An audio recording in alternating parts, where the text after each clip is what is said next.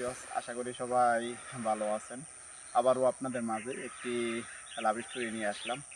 আজকের লাভ স্টোরিটা হলো মারদাসা মেয়ের সাথে প্রেম। তো আপনারা তো বুঝতেই আছেন আজকের লাভ স্টোরিটা একটি পরিমাণ সুন্দর হতে চলতেছে। তো প্রতিদিনের মতো সকালবেলা আমি আমার বাড়ির পাশে দাঁড়িয়ে আছি। তো প্রতিদিনই আমার সামনে দিয়ে সকাল 9টার দিকে তিনজন মেয়ে কালো বোরকা পরে তারা প্রাইভেটে যায়।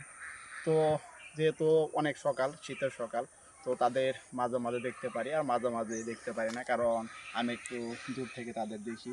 তো একদিন সকালবেলা আমি একটু তাদের একদম কাছে যাই, কারণ তাদের একজনকে অনেক আগে থেকে আমার ভালো লাগে। এর আগে অনেকবার তাকে তার বাড়ির সামনে দেখেছিলাম, তবে কথা বলতে ভয় পাই, কারণ সে যদি সবাইকে বলে দেয়, তো এগুলো নিয়ে অনেক চিন্তা করি আর কাউকে কিছু বলতে পারতেছি না। তো মনে মনে সিদ্ধান্ত নিলাম যে করে হোক তার সাথে কথা বলতেই হবো। তো তার সামনে একদিন দাঁড়িয়ে পড়ি আর বলি যে আজকে যে করে হোক তোমার সাথে কথা বলবোই, কারণ অনেক দিন হলো বলতে চাইতেছি। তো সে বলে যে আপনাকে না করছে কি, তো আপনি অনেক দিন হলো বলতে চাইতেছেন, বলতেছেন না কেন? তো আমি তখন তাকে বলি যে তোমাকে অনেক আগে থেকে আমার ভালো লাগে, আর এই ভালো লাগার কথাটা এতদিন বলতে পারি নাই, কারণ আমি বই পাইতেছিলাম, কারণ তুমি যদি সবাইকে বলে দাও তাহলে তো অনেক সমস্যা হয়ে যেতে পারে।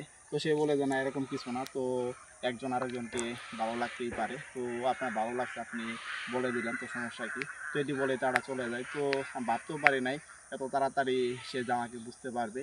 তো তারপর দিনই সকালবেলা সে নিজে থেকে আমাকে ডাক দেওয়ার পর কিছু বলে না, শুধু হাতে একটা সাদা কাগজ, সেই কাগজটা দিয়ে চলে যায় আর বলে যে বাসায় গিয়ে দেখবেন।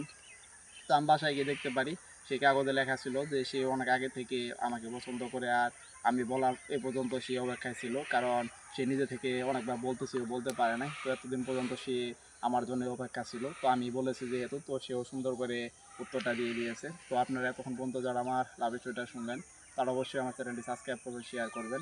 আবার দেখা হচ্ছে আপনাদের মাঝে পরবর্তী কোনো লাভ স্টোরি নিয়ে।